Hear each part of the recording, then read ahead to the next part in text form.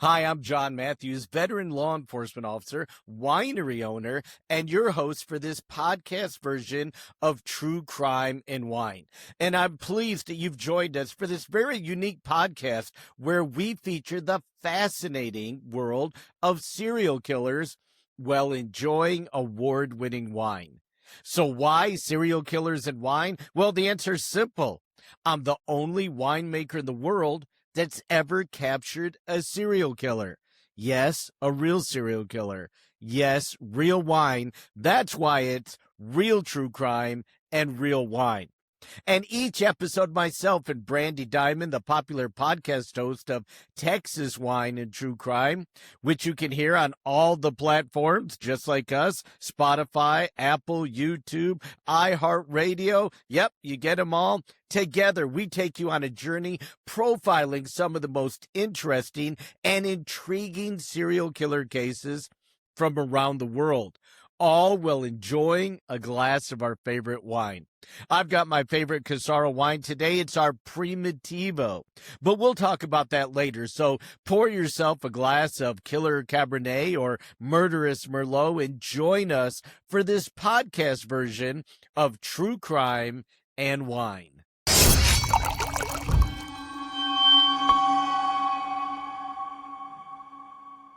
On this episode, we're going to take you on a journey profiling into the life and crimes of Anna Marie Hahn, a female serial killer who had a gambling addiction and a lust for high society living that drove her to kill. Now, I welcome in my co-host, Brandy Diamond. And Brandy, this is a fascinating case because this is a woman who lived during the Great Depression. She had a husband, a home, and an income, which for that time, a lot of people would have killed for. But that wasn't enough. She wanted even more, even if it meant killing innocent people for her own gain. Brandy, I want to ask you, would money drive you to murder? Well, I'm going to maybe not answer that question on this show, but I do want to say that money is such a pivotal part of life. We're talking about the Great Depression. We're talking about survival mode. But I'm curious to learn more about her income. And I think that money can drive people to do things they wouldn't typically do in their normal lives. Well, and we do know 88% of all female serial killers, their primary motive is money.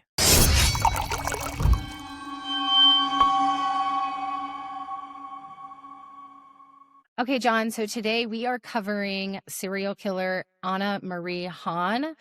Let's just give some basic information about Hahn. Born Annie Filzer, July 7th, 1907 in Bavaria, Germany. Immigrated to the U.S. under some unusual circumstances, which we'll talk about here in just a bit.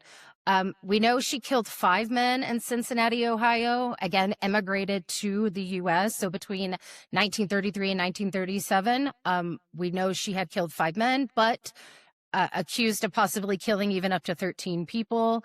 She is executed December 7th of 1938, Ohio's first female execution. So here's just a little bit about what we know about her, but let's get into her early life a little bit. Yeah, and the execution pretty quick, right? Convicted in 37, killed in 38. Wow. You don't see that anymore. No. Appeals go on forever. But in this case, it was pretty quick with her. Well, we know she was the youngest of 12 children, born in Bavaria. And we also know she had a very comfortable lifestyle. Some people, as she was growing up, kind of referred to her as a party girl, so maybe that, the younger children, and when you're the youngest of 12, you kind of get to do what you want. But yeah, she was known as a party girl. She never completed high school and actually lied about completing high school and going to a teacher college later on. She was pregnant by 19, they think, to a a doctor over there, which caused a major scandal. Apparently, the doctor was fairly famous, fairly well known, and so her getting pregnant by him was a big scandal. She gave birth to his son, Oscar, but then, because of the pressure, the scandal, fled to the U.S. in 1929, and she left her son with her parents. So I think that's pivotal, too. For 3 years, she was without her son. When she came to the U.S., she had really no skills, no occupation, no education. So she worked, odd jobs. But strangely enough, other than a kind of tumultuous childhood, early pregnancy, giving up her child, there were really no other red flags, at least in her younger years, looking, as we do it at serial killers. Well, and I also wonder with the pregnancy, you think about the time, right? This is before really women had a lot of rights. Really, women, especially being 19 years old and pregnant by a famous doctor, you could see how I'm sure he didn't have to move out of town, right? Right. And he continued his life. So I think even as a young girl dealing with that, to me, that is starting a red flag, right? You are then sort of ostracized because of Right. what's Oh, yeah. happening to you. So that I think can cause some, changes in her chemical imbalance, really, when she starts to go towards living a normal life, which she tries to. She comes to the U.S., but she ends up getting married, John. Yep. In 1929, she met a telegraph operator. She was working as a chambermaid at a hotel. And she met Philip Hahn. They fell in love and they married in 1930. In 31, she had Oscar sent to the U.S., and Philip adopted her, and that was their only children. But they kind of had a difficult relationship, and we'll get into that a little bit later on. But it wasn't all rosy at home between Mhm. Philip and Anna and Oscar. The Great Depression hit. They had a deli and a bakery that was failing. And during this time, they had a mysterious fire at the bakery, and the insurance company paid him $300 for it. The bakery ultimately ended up failing. And then, and here's where we really see these red flags starting to come in. You always look at them in the background of these serial killers. What is it? So the marriage is not great. She does have her son with her. The bakery's not doing well. They have a mysterious fire. They get an insurance claim. Then, over the course of the next year, they had 2 fires at Hmm. the Hahn residence. And Annie collected over $2,000 from those 2 fires. Hmm. Okay. So we're starting to see a little pattern here. What's going on? Is Annie setting the fires to collect insurance money? Is she getting into scams? What is she doing with this money? $2,000 is a lot of money Mhm. in 1931. Then we also learn a little bit later that she tries but fails to take out two $25,000 insurance policies on her husband, Philip. And apparently she had the papers drawn up, but he had to sign them, and he refused to sign them. And then mysteriously after that, he got very, very ill, was Mhm. hospitalized, but recovered from it. So what we saw as, not really red flags during childhood, but Mhm. as you said, kind of a tumultuous young adult life, getting pregnant, having to leave her homeland, leave the country, go to a new country, learn a new language, be without her son, being reunited with her son, getting married. Lots, Yeah. any doctor you'd go to nowadays would go, oh my gosh, that's a ton of stressors. We can see how it makes some people break. But what catches my eye, of course, is the fire starting, Mhm. the arson, let's call it, and scamming the insurance company out of the money. Yeah, I would 100% agree with you. I think about how common is it for a fire to start in your house or your business anyway, and then to have two happen in your house in a pretty short amount of time. I think that's when the scamming started. Yeah, and she definitely needed money. Now, what did she need it for? We really didn't know Mhm. up at this point. But her descent into crime, I think, really started with this need for money, which we later find out she had a horrible gambling addiction. Mm, And not only was she gambling, but she always thought that she had to be a higher station in life, that she wanted to live like high society. We got to remember, this is during the Great Depression. right. There are literally people starving to death. They would love to have a roof over their heads and any kind of income and support, but that's not good enough for her. She wants to live this high lifestyle. So she's got no education. She's got no experience, no background. She's starting these fires. There's only, like you said, so many you can do before the authorities are going to catch on. She's Mhm. going to go to jail. So she does something else. She starts telling people that she's a caregiver, that she's a live-in nurse, and she targets a very specific group in Cincinnati. So she's not out there to everybody. Who do you think? Who do you think she's targeting, Brandy? Elderly men. Elderly men. Elderly men. What else? Because there's a lot of elderly men out there. Who Um, could she make a connection with that she could basically con or scam? Who could she make a connection with? I'm people with money.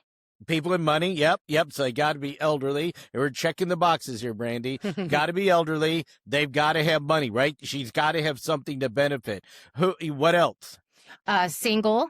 Maybe no Uh, caretaker, somebody living with them alone. somebody living alone. Yep. So now we've got lonely, elderly, older men that have money. And kind of the final thing, and she really wrapped this up nicely in a bow, the German community there in Cincinnati. She had a Mm. connection. She spoke their language. She knew how to cook the food they liked. And that's exactly what she did. She made a connection with the German or German American community in Cincinnati, and she targeted elderly men that were single, alone, or lonely, right? Right. Some of them ended up being married but were alone, had money, had assets to their name. And what do you think she'd do? I mean, what's the way to a man's heart? You feed them. You feed them, and she would bring them German food Yeah. that she learned how to cook when she was growing up. So she automatically had this amazing connection. Now, what are these guys thinking? This young woman, this pretty woman, blonde, German, comes into their home, says she's a caregiver, says she's a nurse, she cooks for them, she cleans up their house, she takes care of them. With some of them, we know she dates them. So, what are these guys thinking? They trust her. I think Yeah. she has, I mean, to be able to come in and speak their language, feed them their foods that they're used to. I mean, this is a way to build trust. And she's a caretaker and she's taking care of them.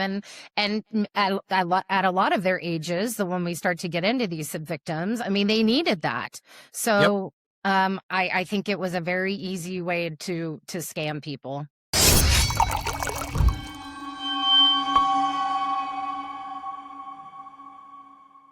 But it was pretty brilliant, don't you Oh think? my gosh. I mean, she didn't You don't have just to go do after. anything different. I mean, you Right. literally just have to make a connection with people who know where you're from. They're from there as well. The community is local. People know her, talk to her. Other people trust her.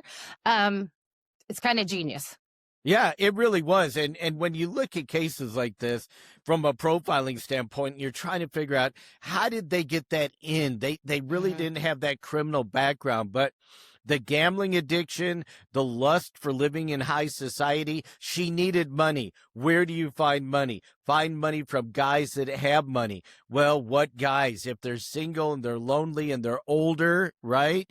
And no one's taking care of them and you're the caregiver. But I just thought it was genius over and over again. Her entree to these people was through food.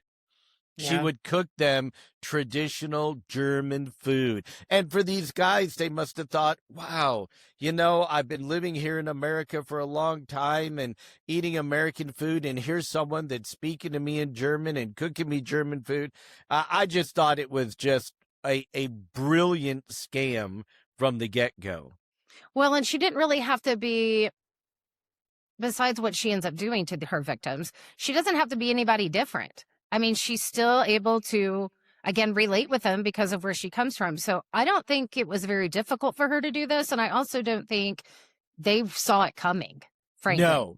Yeah, not at all. If you're in that situation, let's face it, you're an older male, you're alone, there's no one really taking care of you, and somebody comes in, and it's great if anybody comes in and they start cooking for you and cleaning up and taking care of things and spending time with you and visiting with you. But if they're younger, right, if they may want a relationship with you, you're not looking at anything else, and you're totally blindsided by what happens. Well, she starts to build relationships with these guys. So we're going to start talking about some of these victims. And we talked about profiling a little bit, John, and which makes our show different. What are we picking up so far? I know she had to come to the U.S. from Germany, lost her child, but then she gets her child back. So, but no big red flags in the family. I mean, you are the youngest of 12 children.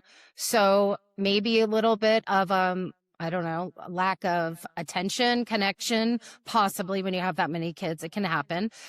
Anything else you're picking up on at this point?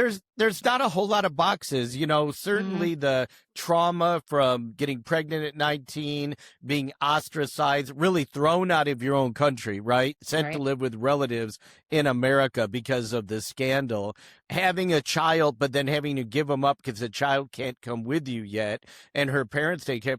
So those are a couple of red flags. I think the things that I pick up on, again, like many of our serial killers, very narcissistic. She was only concerned about herself. She wanted money for herself. She wanted a lifestyle for herself, but she was also charming, right? And she was able to make a connection with her victims that we see in many of these serial killers.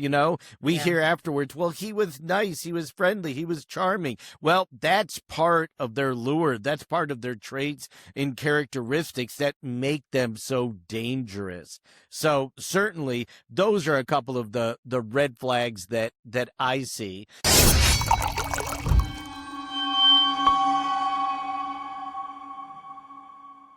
Now, in 1929, she's already planting the seeds for what she's going to do.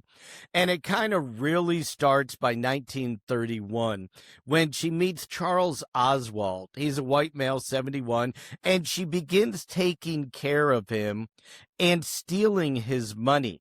And eventually, she had him write her into his will, saying that she inherited everything when he died. And she did this at posing as a live-in nurse. And I think that we see with this victim and with other victims, she would get to know them, build some trust, build a relationship, cook for them, clean for them, serve as a nurse, which again, she had no training at all. So I think, nurse might be a little strong. Certainly she led them to believe that she was a caregiver. And so she's honing her craft over those years, right? Over those first 2 years, she's married. The arson isn't working. The insurance money's not enough to support her. She's still got a bad gambling problem. So she's got to figure out what else to do. And we know in 1933, she meets a guy named Ernest Kohler. He's 73, so a little older than her first victim. She rented a room from him in the house. So I guess it's like, well, I'll be your caregiver and rent a room here. Now she's still living with her husband in her house, but befriending him and renting a room in his house. We know that she illegally obtained morphine in his name. We're not really sure what she did with the morphine. On May 6, 1933, he dies from what doctors think is throat cancer because he had been sick. And they really didn't look into it. Almost kind of like a hospice situation, you might say, Brandy. That's kind of what I was thinking. Yeah, that he had a caregiver. The caregiver was in the house. Doctors knew he was sick. Maybe they're the ones that prescribed the morphine to try to ease the pain at the end. So they didn't really look into his death at all, even though he left her the house in his will. Yeah, I kind of was thinking about that, like how you're a live-in caretaker. It would be very unusual unless there is some sort of long-term relationship there. Maybe she'd been taking care of him for years and years. Then he would leave, and he has no family, nobody to leave his assets to. So then he leaves it to his caretaker. But this is kind of a red flag. And I think I almost wonder as we go through these, did they all have ailments? I mean, could she hide what she was doing because they were already sick and, maybe being diagnosed with something? So this is kind of where I'm at with why police. I mean, she denied having anything to do with his death. Right. And not picking up on this is really interesting. Yeah, she said, listen, he died. You knew he was sick. The doctors, I'm sure, confirmed it. I mean, to the point where the doctors prescribed morphine for him. So they knew that he was probably at the end of his life. But for her to get him to sign the right documents, to turn over the house to her, to have her inherit anything. And again, the police aren't going to know about that, right? Who's going to know about that? Right. That's going to be between an attorney and her. Or anybody, right? Or her walking in going, look, I have the deed to the house. He signed it over to me. That could be long after his death, so the police don't know anything about it. So really not suspicious at this point. But we know, hey, looking back on this, she befriended him, lived with him, and got him to sign over the deed to the house and have her inherit it after his death. And that was going to be something that we see as a pattern here. We know that she had no formal training, kind of looking back on, what is her MO? No training, no career. She posed as a caregiver / nurse, but she had no nursing experience. She befriended the men with their mutual culture, making German meals for them. And she exploited their isolation. Here's what I'm thinking. She's good at research. Okay. Right? She's good at research. She's targeting only the most vulnerable men in the community. But how difficult would that be? I mean, the German community, the German American community in Cincinnati at that time was not huge. Right. And if you're part of the community and speak the language and go to the gatherings and go to the events, you're going to learn about people, right? You're going to hear, oh, Uncle so-and-so, he's not doing well. His wife's already passed away. He's got throat cancer. I wish there was someone that could take care of him. You're going to hear about it. So I really think this was, you talk about premeditated. When we start looking at profiling and organized and planned, that's what I see from the very get-go in these murders. She's not randomly picking somebody. She's not going after a 35-year-old that may have money. She knows exactly the demographic that she wants to target with her scams. Financially stable, own their own home, have assets, have, like you said, some disease, some illness. Maybe the community's talked about it. Maybe it's well known, probably already being treated by doctors. So to me, I'm starting to see a very good researcher, somebody that's planned, that's organized, and these are very intentional attacks.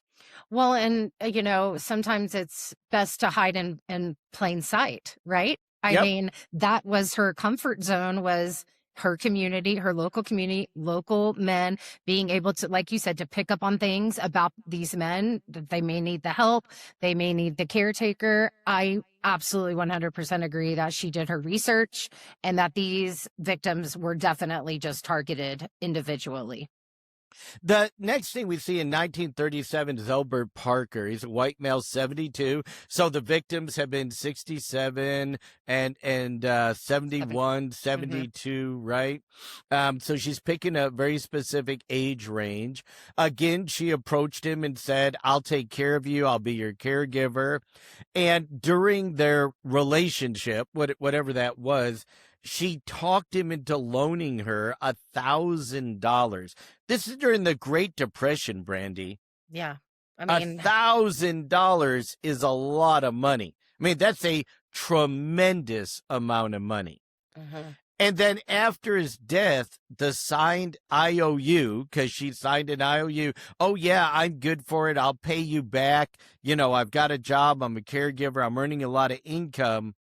Mysteriously disappeared. Mm.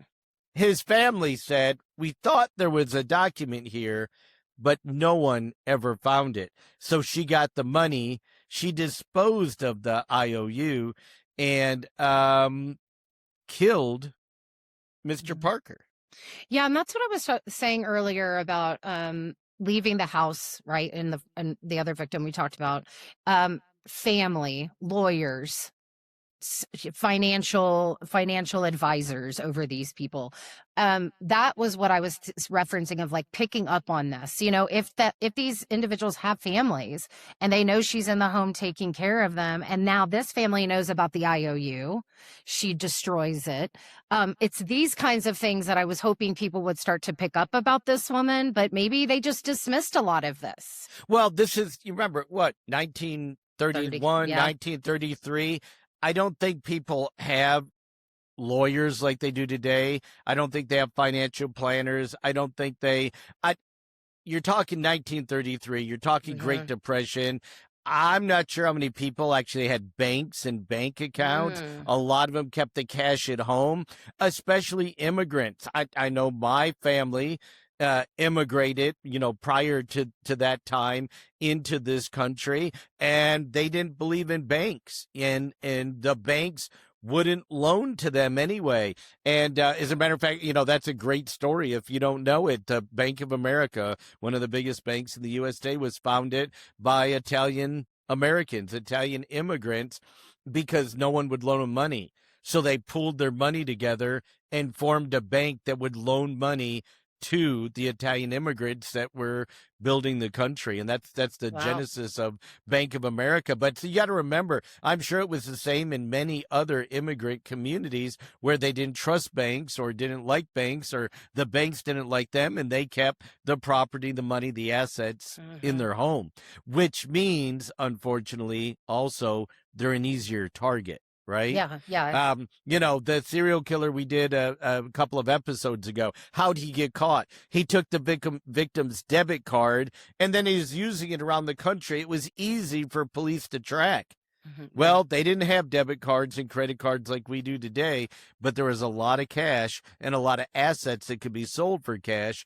Not as easy to track. Well, and also she has access to the house in most, in a lot of these. And so her ability as a healthy woman to walk around, rummage through things, find things, and also for them to disclose those kinds of private things to her. She was probably just very good at getting that information. So I wonder how much she really had to dig to find out some of these things. But hey, Well, yeah, you're right. Can you imagine the guy saying, "Well, I need more medicine. Can you go to the pharmacy yeah, and get it?" Well, sure. Where's the money? Oh, well, I have the money in my dresser drawer, yeah, top left, right? exactly. And then when that's money is gone, you go, "Oh, there's no more money in the dresser drawer. I was going to go buy bread. I was going to make you apple pie. I was going to do whatever. Oh, well, honey, I've also got a bag of money, ... And he would give him the location. Yep. Or, as you said, we didn't know this till later, she had full access to the house. She could basically steal from right under the noses anything she wanted and then go pawn it and get money. We don't know this till later, but that's actually what she was doing. Mm-hmm. So not only was she embezzling money from these guys through inheritance and IOUs and things like that, she was stealing money and she was stealing assets and going and pawning them. So again, as we said, 88% of all female serial killers, their motive is financial. Her motive was 100% financial.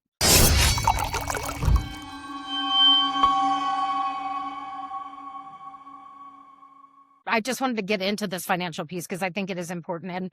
And women serial killers, not as, not as well known as male serial killers. And like you said, most of the motive is financial. I think there is a lot to that with the female brain that maybe we can talk about one day. Survival mode is kind of what I put myself at. And, sometimes there's no education. Sometimes they're homemakers, sometimes, and then maybe the husband leaves and they have nothing. So, but that wasn't the case. See, and that's right. What's interesting about this. She wasn't in survival mode. I mean, we've covered a lot of serial killers, Brandy. I remember one of them, Butcher of Rostov, and he said, I remember during Stalin's regime eating dirt, right? Eating plant and leaves that were on the dirt floor just to get something in my belly. We know that other serial killers have grown up very, very, very poor, very impoverished. She is not like that. She's not in what you call survival mode or desperation mode. That's why I see this crime is even worse. This is just pure greed to feed her gambling addiction and her luxury lifestyle. So she targeted these men, vulnerable men. There was fraud involved. She would convince them to give her loans or write her into their wills. Again, a lot of conning, a con artist. Who knows what she was promising or why that, maybe there was some sort of exchange in that. I take care of you. You're going to leave me X, Y, and Z. We know she poisons them with arsenic. And I do want to talk about, John, I know we're going to talk about the motive being financial in some of these victims. But back in the 30s, so now we know arsenic poisoning, there is a certain almond smell that can come from a body that medical examiners can pick up on, doctors can pick up on. Not so easy to get away with it now. But back then, and gosh, I can't tell you how many cases I've covered with women who are caretakers who poison their victims and bury them in their own backyards, right? So is this the easy way to get rid of them back in the 30s? I mean, why do you think she's choosing poisoning? Well, poison is the number one weapon of female serial killers. We know that. So they almost always go for poisoning. And when we asked some of them why poisoning, they said, because I didn't have to clean up any mess. That really, I mean, the answer is just straightforward over and over again. They don't like, shooting a victim, stabbing a victim, and then you've got all the blood and the gore. So we know that traditionally poison is the number one weapon of female serial killers. But I also think because many of these guys had pre-existing conditions, they were already sick, it was very easy for the ME or the Justice of the Peace or whoever pronounced him dead to go, he was sick, he had a caregiver, he died, and they didn't even think about doing an autopsy because these people had a caregiver and they died with somebody in the home and they were under medical treatment. Many of these men did not have autopsies till after they discovered what Annie was doing, and they exhumed their bodies.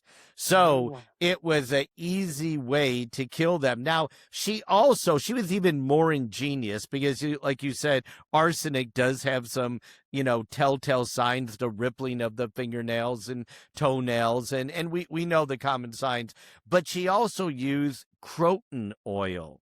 And that was an oil that caused dehydration and eventually could lead to things like strokes, heart attack, and death. So, given enough of the croton oil, it would mask or mimic, because it would dehydrate you and then cause strokes or heart attacks. So when these guys died of a stroke, a heart attack, or whatever, they went, well, that was just part of their illness. They were dying anyway. So she was actually kind of brilliant, so now I'm seeing her as a researcher, researching her victims, researching how to kill her victims, researching how to kill her victims so it won't be discovered. I mean, actually, for a young, uneducated immigrant that came to this country, she was pretty brilliant in what she did. And what we know now is she scammed over $50,000 in the 1930s. That's over $1 million today. Can you imagine that, Brandy? I mean, I can't even imagine a scam that would bring in $1 million. Right. And she figured it out. Well, and like you said, this is a time of Great Depression. People are starving. They're not able to feed themselves. They don't have a place to live. They're dying. And she's supporting her gambling habit. I mean, that's her problem, right? Like, that's, if you think about it, she's not worried about feeding herself. She's not worrying about being clothed or not having a place to live. She has a husband and a house, and, but it's just 100% narcissistic, to continue my gambling habit, what I really like to do. Just wild. Yeah, absolutely wild. But when I looked at those numbers, I could not believe it. Absolutely could not believe it. But you can see how it add up. If you inherit one house here and another house here, you scam. I think one man was 17,000, another one was about that. The cash, the assets, the money, it adds up quickly. And again, she was not in survival mode. No. This was all about her. All about feeding her narcissistic behavior. Matter of fact, I put a little list together, and remember, these are just the victims that we know. We know that she killed 5. We're pretty sure that she killed 13 based on other people coming forward. And I'll get into that later. But from one victim, she inherited a house, a car, and $1,000. Poisoned him at his home. From another, she got 1,000. That was at an IOU that vanished. She poisoned him in his home. She inherited 17,000 from another gentleman, and we'll get to these murders later, but she posed and said, "Oh, I'm your great lost niece." And he believed it and left her the money. In another, she got $15,000. So absolutely amazing how quickly this money added up. And like you said, it was for nothing but her own personal narcissistic use, feeding her gambling habit. We don't see her going and buying a big mansion for her husband and her child. All of that money was used by her. So, and that's why I was talking about family, a beloved niece. I'm just going to show up and say, I'm your beloved niece. You're leaving me $17,000. That's a lot of money back then. I mean, huge amount of money. And so you have to, wonder how good she was at this and talking herself. I mean, it's not easy to talk someone into doing this kind of thing. Or how bad off the guys were, Brandy. The man that she did that to was 78. Now, we don't know their mental faculties today, and how they were, But honestly, I can see that.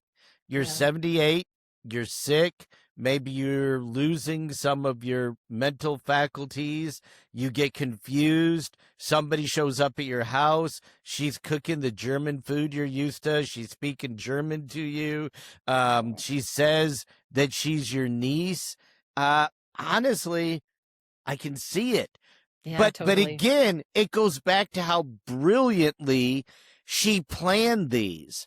That's what, from a profiling standpoint, I'm getting out of this.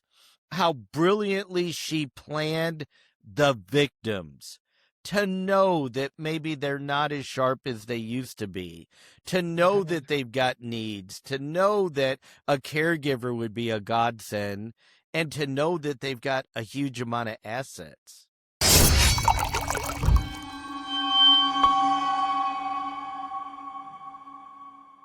On each episode of True Crime and Wine, we feature one of our Casaro winery brands. And what I have today is our Primitivo. And if you're familiar with Primitivo, you know it's an Italian-style Zinfandel. It has aromas of cherries and flavors of blackberries. And this dry red wine pairs well with any pizza, calzone, and any pasta dish you can think of. Primitivo is fantastic. And of course, there's no better wine for listening to your favorite podcast than our Primitivo as you enjoy our true crime and wine.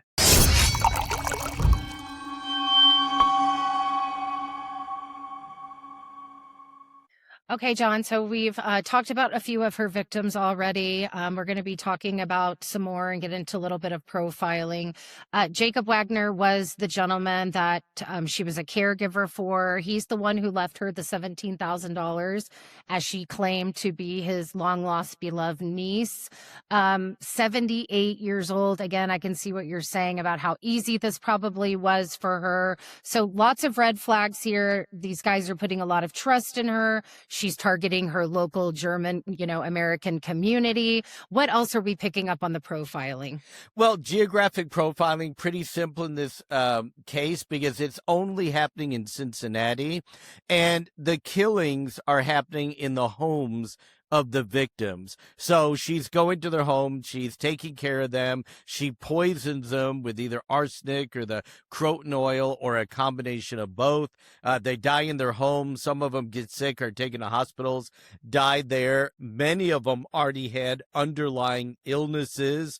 And so some of the hospitals are thinking this is simply a complication from the illness. Now, it is interesting that later on we're going to talk to her about leaving Cincinnati, the only time that we know that she leaves Cincinnati, and that really begins her downfall. So staying in Cincinnati was really important to her, and the one time that she left, it really, kind of hones in on her. From a killer's profile, again, I'm seeing somebody very organized, a lot of planning, targeting the victims, a lot of research in figuring out the victims. Her weapon of choice is poison. We know that.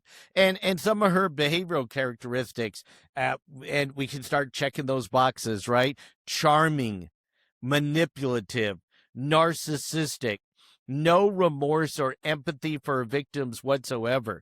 These are cold, calculated crimes. She knows she's killing these guys. Mm-hmm. She knows that some of these deaths are painful. They die in agony, right? It's not a quick death. It is not I'm going to, chew on a cyanide capsule and be dead in seconds. These are agonizing deaths that occur over hours. So we know that she is checking the serial killer boxes all the way down the line here, and it's because of her gambling addiction and her desire for luxury. So her profile really now has emerged to what kind of manipulative, yet charming, yet cold, calculated, no empathy, no remorse for her crimes, doesn't care about her victims. It's all about her. From victimology, when we profile that, I need to get out my little profiling book here. Victimology, it's what we've talked about. Older men that are German American or German immigrants, older men that share a similar culture and similar taste, like in food. Older men that are German American, similar culture, isolated, elderly, rich, and if sick or very sick, even better. So she's got her own checklist, right, Brandy? She's Right. going around the community. She's got this checklist in her head. And when she finds someone that meets this criteria, it seems like she zooms in on them, almost like a vulture or a hawk. She shows up at their door. I'm a caregiver. I can take care of you. I know you need help. I know that you're lonely.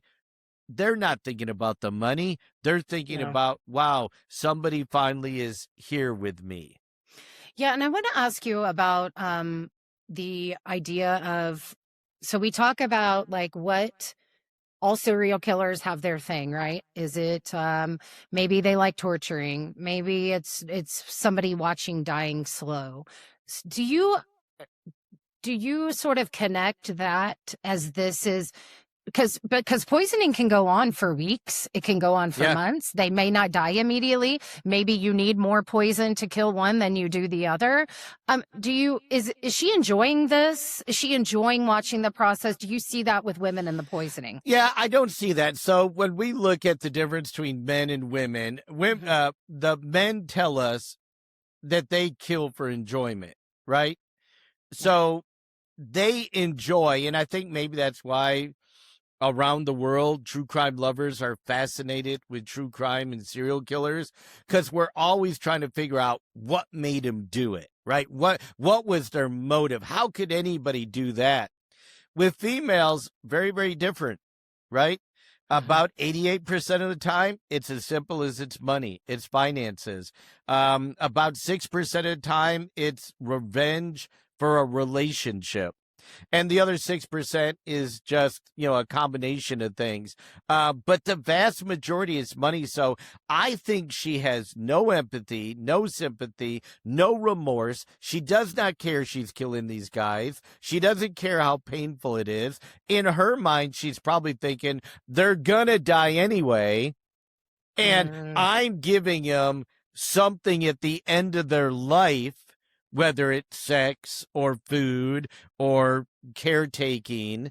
I'm giving them something, so I'm simply being compensated for it. So no, I could see that. And in her mind, the way she's processing it, she's like, I'm helping them at the very end of their life, and they're going to die anyway. I'm just kind of moving it along a little faster so we both benefit. Okay.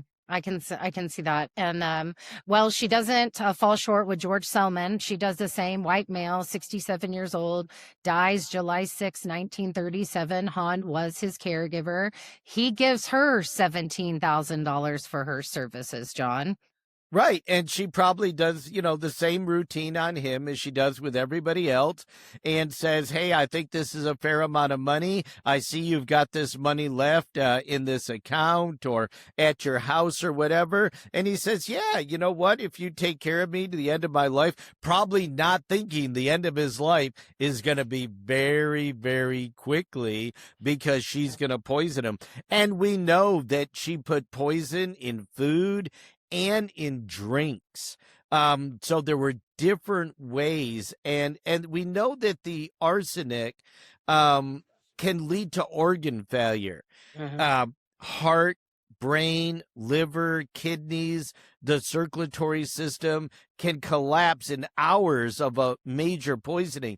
So again, for not having an education, a medical education of any type, she certainly must have done her research, because once she found out most of these gentlemen were sick, they had an underlying condition, and she knew that the arsenic was going to exacerbate that condition, heart, liver, kidneys, organs.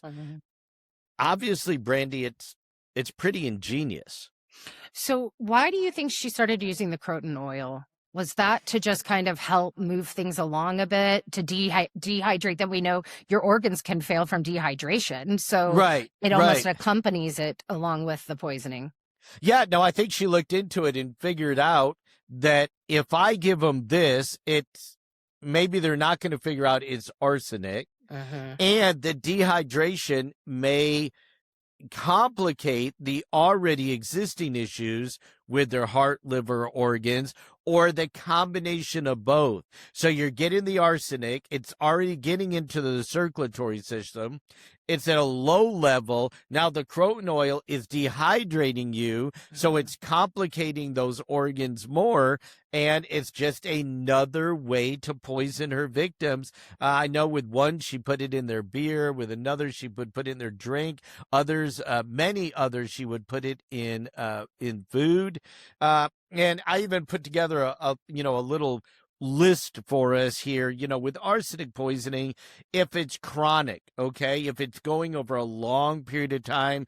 And we know you both of us have done cases with chronic arsenic poisoning, somebody giving a little bit here, a little bit there, a little bit there. So some of those signs are white lines on the nails, fingernails and toenails, and those are the most obvious to like medical examiners. Hair loss, darkening of skin, warts, lesions on the skin, numbing of your hands and feet. But acute poisoning, when you're given it in large doses, nausea, vomiting, diarrhea, shortness of breath. Maybe your breath kind of smells like garlic, right? The Hmm. skin kind of smells like almond, right? Yeah. Irregular heartbeat or rhythm. And all of those, as we know, when you start putting the totality Mm. of circulatory failures, organ failures, dehydration, the poisoning, um, that's how she's killing her victims.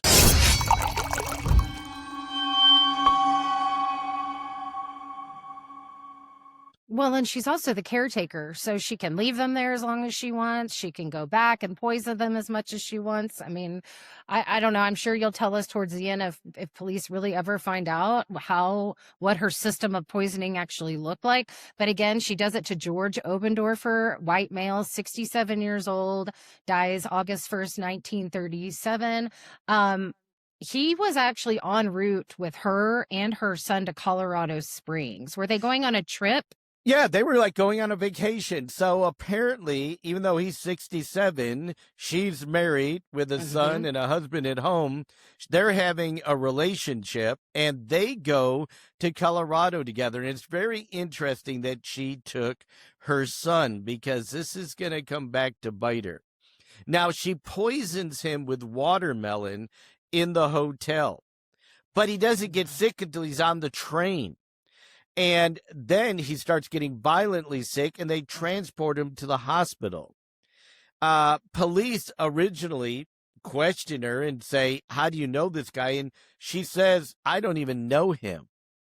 Mm. And but the son says, "Oh yeah, we were traveling together and he got violently ill and died."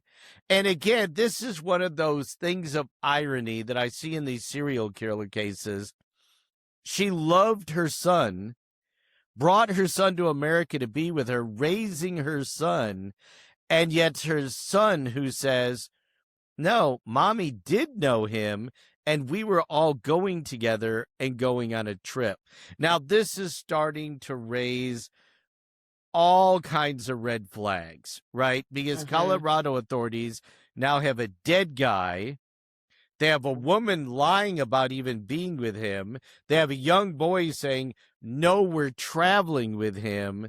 And so the Colorado authorities start looking into this, right? Right. Um, and they discover that their victim had been staying with the woman and her son at the Park Hotel, and that they were traveling together on the train and they were spending the night there at the Park Hotel. Well, Wow. just coincidentally, as they're interviewing people at the Park Hotel, one of the staff member goes, "Oh, are you here about the diamond theft?" Mm, And they go, "No, we're inquiring about a death," which mhm. at this time they still don't know is a homicide because they have no evidence, right? They Right. have no idea it's a homicide. They just think something suspicious. We talked to this woman. She says she didn't even know him. And the kid says, "Oh, yeah, we're traveling together like a family." So they go, "No, we're not here for a diamond theft. What happens?" And so the clerk at the hotel says, "Well, we called and reported we just had $300 in diamonds stolen from our hotel." Okay. Yeah. So the police start saying, "Okay, we don't believe in coincidences, right, Brandy? No, we do not. Do Yeah. not. And when you're a cop, that, never believe in coincidences. I'm here on one call and now you're telling me about something else. Mhm. Something's funny." So they go out and they start checking pawn shops and Mm, they discover that the diamonds that someone tried to pawn them earlier in the day. And it was a woman with a young son. But the pawnbroker thought something was suspicious. mhm. He just thought something is a little bit funny. $300 in diamonds is a lot. We're talking about Yeah. 1937. And he said, "I just don't want to get in trouble. I'm gonna tell you no this time." And so she leaves with her son and the diamonds. Well, now the police are all over this, right? They've Yeah. got a dead person who was traveling with a woman that doesn't know him, but a son that does. They don't know how he's dead. They got $300 in diamonds missing that they have someone that ID'd a woman and her son matching who they had just interviewed, trying to pawn the diamonds. So they say, "We need an autopsy." And what Okay. does it reveal? High levels of arsenic in the Mhm. victim. So, John, I have just a thought about. So now I'm seeing a little disorganization in her. She brings the son. She's stealing diamonds. She's totally different than what she's used to doing. Right now, she's Not going to in go Cincinnati anymore. not in Cincinnati Not anymore. in the victim's house. Remember, Yeah, we always talk everything's about different. comfort zone, Yes. right? Their comfort zone, and when they get out of their comfort zone, what happens? It starts to unravel. That's exactly what you're seeing. Yeah, absolutely. And now they want the autopsy. They find the high levels of arsenic, and then they end up tying her to the pawn shop attempt on the stolen diamonds. They become even more suspicious of her. And then she ends up accessing his bank account, and is able to withdraw $1,000. So they're all over her on this. Well, and so this is a woman who originally tells police, "I don't even know the guy," Yeah. right? Yes. The son says, "Yeah, she does. We're traveling together and we're going on vacation." Then they figure out that she withdrew money out of his bank account and she paid for the funeral expenses of a guy that she didn't even know. But the bigger Mhm. point is that she had access to the bank account and the money in the first place. So you're right. They're all over it at this point. They're not, I think they think murder is involved. They've got the tie with the arsenic, but they can 100% prove the grand theft, right? Yep, that's They right. can prove that she took money out of his account after he was dead. Yep. So they issue a warrant for grand theft. Not unusual. We see a lot of serial killers that are arrested for one thing, and then actually later we tie them to their crimes or they confess to their crimes, whatever. The butcher of Rostov, going back to him again. I remember he was arrested in Miami on a immigration violation, Mhm. right? Because Right. he lied when he came into the country. Had nothing to do with all of the murders he committed. So they issue a warrant, go to get her. She's gone. Mm, Disappears in the wind. So Colorado authorities call back to Cincinnati, right? right. The most likely place. If she was smart, She probably would have got on a train and continued west, gone somewhere where no one knew her, no one had ever seen her. She could start pulling her scam. She had her son with her. She had some money that she took out of his account with what other money she had. But instead, she goes back to Cincinnati. So Colorado police call Cincinnati and go, we got a dead guy. We know he was poisoned with arsenic. We got a woman and a kid here that know him, don't know him, that have access to his bank account, that take money out of the bank account, and we've got a warrant for her arrest. So Cincinnati police find her, right? Yes. When she gets back to town. It's a small community, not hard to find her.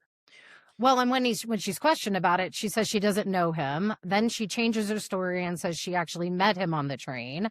And then his relatives are contacted, and they say not only was he a big guy in good health the last time they saw him, but then he starts dating Han. And then he gets into bad health.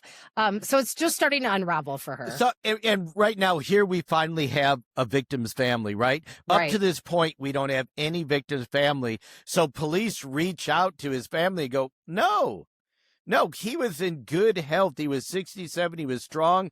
And not only was he in good health, he was dating her. So now the story is, I don't even know the guy. I've never seen him. To I met him on a train. To the real story is, she volunteered to be his caregiver. They fell in love. They have a relationship. They're dating, and they went on vacation together. Okay, so police meet Olive Kohler, who tells them that Han bought her an ice cream cone, and she became violently ill and was sent to the hospital, but then recovers and then was sent home, found she was missing a bag of jewelry and cash, but never reported it. So what do we know about this? Well, this is the first time that we've actually seen a survivor. Right? This is the first time that we've seen a survivor, somebody come forward. So they're interviewing people in the community and just come across Olive. And they said, do you know her? And yeah, I know her. Matter of fact, she used to buy me ice cream. Oh, okay. Olive. So now maybe she's changing her MO a little bit. Female, elderly, but same everything else, lonely, all the rest of this.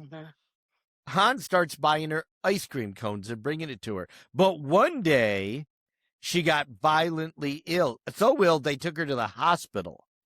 But she recovered. When Olive got back home, though, she discovered later on that there was a bag of jewelry and cash missing, but she never reported it. So why did she never report it?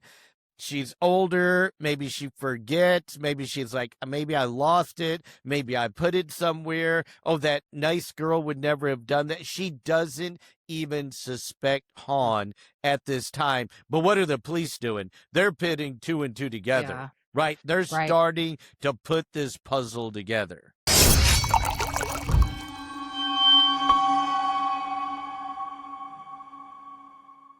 Today's show is sponsored by Casaro Winery, a boutique winery that specializes in dry red and white wines, and the only place you can find our award-winning true crime and wine brands, made especially for our true crime lovers. So visit CasaroWines.com to purchase your own bottle or bottles of our true crime and wine brands, and then sit back and enjoy the wine as you listen to our podcast or watch your favorite television show. That's CasaroWines.com, and while you're there, join our True Crime and Wine Club. It's just for you. Salute.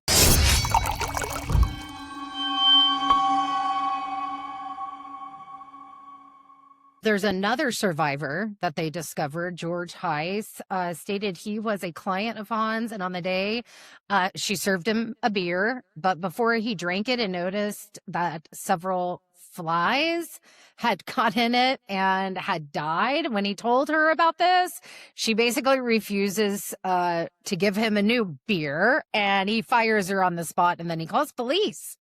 Yeah, he tells, no, he doesn't call police. Oh, he doesn't call police. Yeah, no. Oh. So this is another victim that, to me, this is almost out of a movie script, Oh, right? yes, I mean, yes. I'm picturing this in my head. She's serving him a beer. The beer's got arsenic in it. Yes.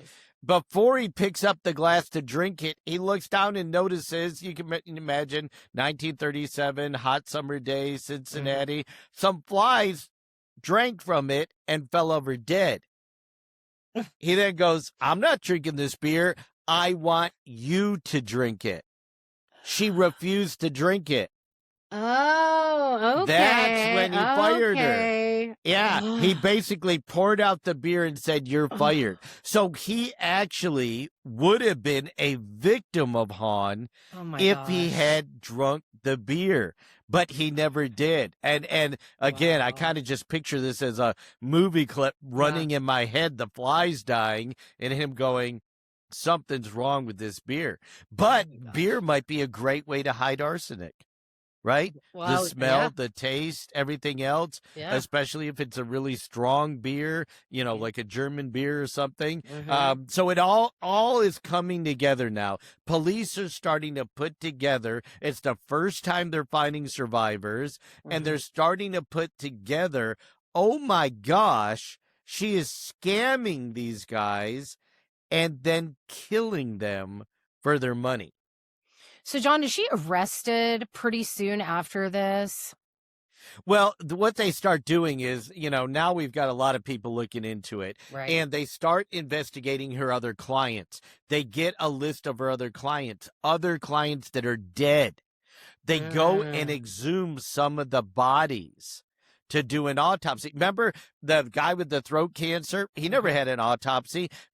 Many of these guys never had autopsies. So there was never any suspicion. Remember, they were older, they were sick, they had underlying health conditions. The first victim, I think, had throat cancer. So they exhumed the bodies, and what do they find? High levels of arsenic and high doses of croton oil. They start searching the homes of the deceased, and they find evidence of poisoning. She actually left some bottles of poisoning there in the home. They then started searching the homes, and they found stolen items in the homes. Like they would go back to living relatives or other people and go, did so-and-so had this? Oh, yeah, that was his prized possession. Well, it's not here, but we found it in a pawn shop, or we found a Wow. record of it in a pawn shop. Yeah. Then remember how her and Philip, her husband, were having marital issues, Mhm. wasn't a great relationship. She tried killing him. That will Mhm. kind of ruin a relationship, right? Yeah, When maybe. you try to kill your husband, kind of ruins the relationship. Yeah. He thought something was going on back then. We're talking Okay. 6 years before. I thought this was genius. He found a bottle of croton oil in his home, and he knew it wasn't his and wasn't his wife's and didn't know. But he said, you know what? I think she tried poisoning me. I know she tried taking out two $25,000 insurance policies on me. Wow. So he took it to work and hid it in his work, and he had intentions of turning it over to the police. He just never did. Well, what I suspect is she started preying on these other guys Mhm. and basically left him alone, Yeah. right? Yeah. And he was just like, "Oh, okay, maybe it was a one-time thing." I don't know. I don't know how he justified it, but he kept the bottle and he turned it over to police. By this time, authorities are thinking she may have committed as many as 13 murders. You know, I had thought, like, does the husband suspect any of this? So now that answers my question of, you know, and I'm not surprised she would just leave this on the counter in someone's house, or that she's taken. I mean, she had full access to their homes, and most of the time, nobody ever came in there but her. So, you know, very, again, organized, but seeing a little bit of disorganization or not caring. If Not, no, I I don't know. think not caring, right? She got what she wanted. Yeah. She got the money. They were dead. No one was going to find Yeah. out. You know, up to this point, there had been no autopsies, no investigation, no police. Nothing. She was getting away with it scot-free. And I think the husband, like if she was, like I said before, buying a big home or went to her husband and said, oh, I came into all this money, or was buying expensive things, that might have set off bells and whistles. Yeah. But I don't think she did that. Where did the money go? She gambled it away. Her gambling. Yeah. So he never saw any benefit of her crime, and I don't think he would have thought That's so true. any different. Okay, well, they're starting to make a case against her. They have autopsy results that they didn't have before. There's now survivors that are going to give some testimony and explanation of what they experienced with her. There's now evidence of bank records of her taking money or her being in the wills, and probably putting a lot of that together. There's now evidence from crime scenes. She leaves arsenic. She leaves the oil, stolen property. She took, possessions. And then they arrest her when she returns to Cincinnati. Yeah, when she returned from the Colorado trip, they arrested her. So she never really left custody. They gathered all this evidence while she was in custody. But it was kind of like dominoes, like you just outlined. One thing led to another, they made the case very quickly, because as soon as the bodies were exhumed and the autopsy came back, then they already know from the autopsy in Colorado, she killed the guy there with arsenic. Now they've got multiple bodies in Cincinnati with arsenic and croton oil. They've got the stolen property that, the whole, are you a murderer? Well, you're a murderer and you're a thief and you're a crook because of the pawn shop in Colorado and the diamonds from the hotel. So they're checking the pawn shops. They're filing stolen murder. So it all came together very quickly. She never left jail. They kept her under arrest because she was under arrest technically to be extradited to Colorado. So she was under arrest for a grand theft warrant in Colorado. They now get all this information together, and they now are arresting her for murder and robbery and all these other charges.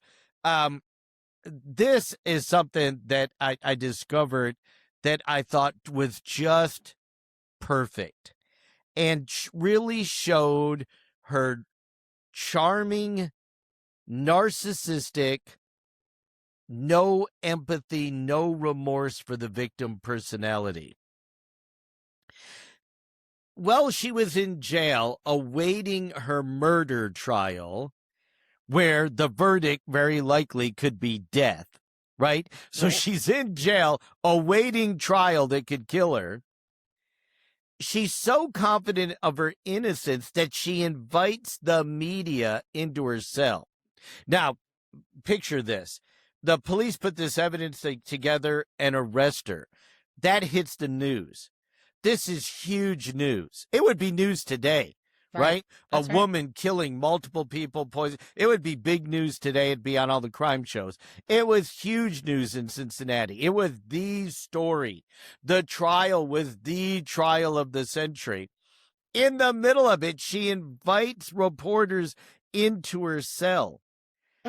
And they describe this, she looks immaculate. Her hair is perfectly brushed and combed and put back. Her fingernails are polished. She looks carefree. She even has already packed a bag to go home because the jury is going to find her not guilty. So can you imagine? It's like throwing gasoline on a media fire, right? Right. Well, my first thought is, the narcissistic, sociopathic, I'm packing my bag because I'm so charming and I'm so good at this. They're going to find me innocent. It's just wild, John. Absolutely amazing. Yeah. Wow. Most women, when they go to jail and are there for a period of time, are not coming off as looking beautiful and attractive and put together and well kept. And I just to me, that just, those boxes that we checked early on, the charming, the narcissist, all that, it just reinforces what we said at the beginning of the show. This is her personality. So this trial is huge, right? Gosh, It's making yes. headlines all over. It's 4 weeks long. It's a media sensation. And she just added to it, right? Yeah, She yes. added to it by what she did. The prosecution presented 113 witnesses, evidence of poison in the victims. They presented her finances and her gambling addiction. Her son that she loved so much to bring to this country and take care of, ironically, testified against her, saying that no, mom knew the victim in Colorado and they were traveling together. She was having a relationship with him and they were going on vacation when he became ill. Her husband, who she tried killing, testified, I found this poison in my home and brought it to work. The prosecution passed around jars containing portion of Palmer's brain and Wagner's internal organs, showing the jury the arsenic in the organs in the brain. Now, it was a jury of 11 women and 1 man. And I do think this played a say in the verdict. And they found her guilty of murder. They only took 3 hours to convict her. And when they came back, the judge asked, well, she is a female. Should we show mercy upon her? So basically, the judge is asking, do you see any other mitigating circumstances or anything that we need to show this person mercy that I will consider before I pass sentencing? Okay. And the jury said, we bring you this conviction, quote, without mercy. Basically saying, we want her dead. Yeah. And that's exactly what the judge did.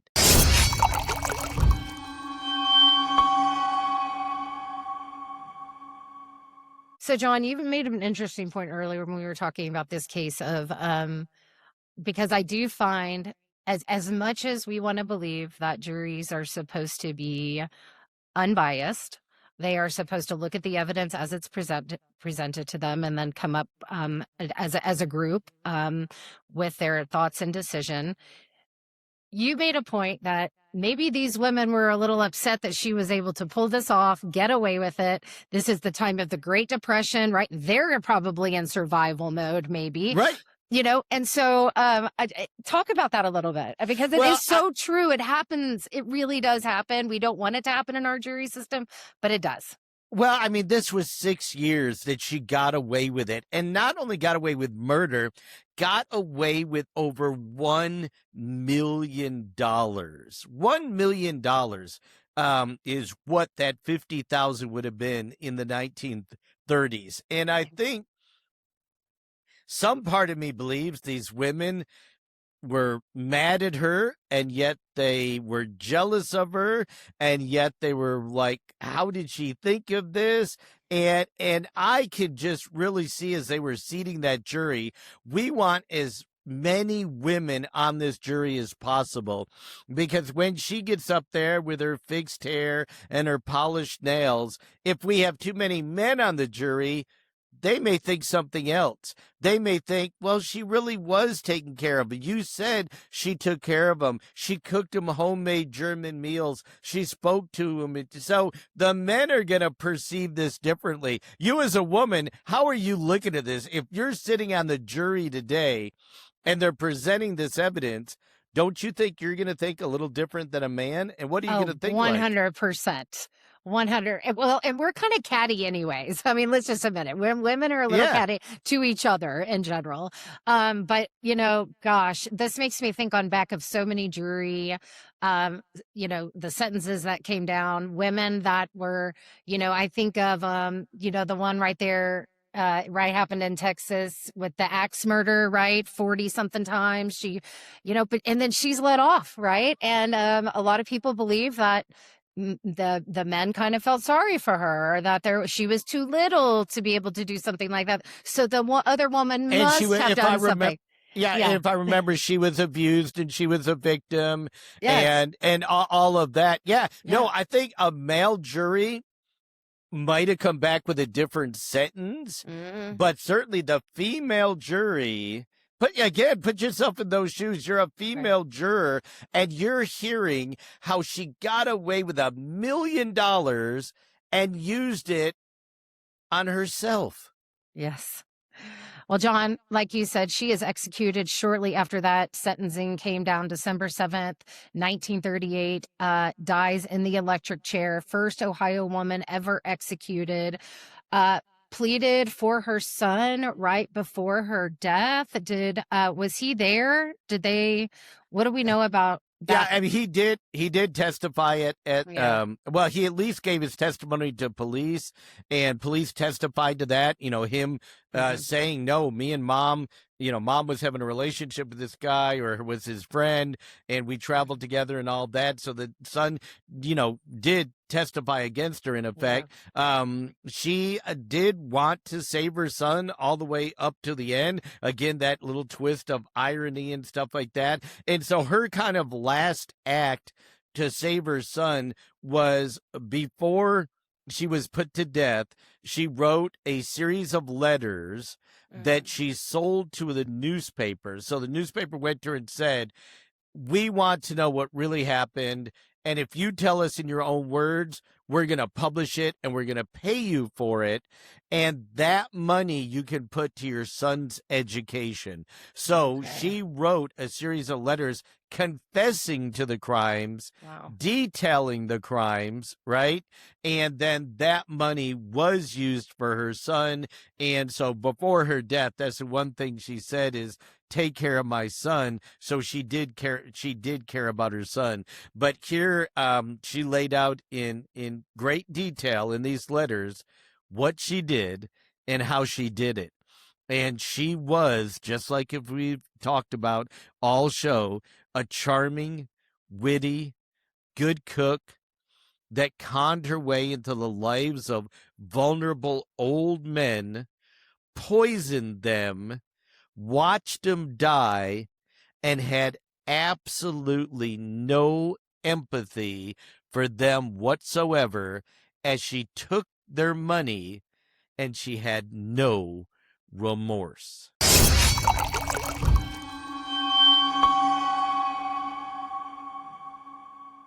Now, as we put a cork in this edition of True Crime and Wine, the podcast, I want to remind our listeners you can follow us on all of our socials: Instagram, Facebook, TikTok, at JJ True Crime and Wine. And of course, you can order our Primitivo or any of our other Casaro wines at CasaroWines.com. CASSARO winesplural.com, so that you can enjoy wine and profile killers along with Brandy and I. So this wraps up our business for today. And of course, I want to thank my co-host, Brandy Diamond, for joining me on this journey, and our producer, Lauren Bedsole, back in the Corsicana Command Center, for helping to make this show possible. And I invite all of you to join us for our next episode, where we're going to feature a horrific serial killer who distributed candy to children while preying on them and killing over 24 teenage boys. I'm John Matthews. Thanks for joining us at True Crime and Wine. Salute.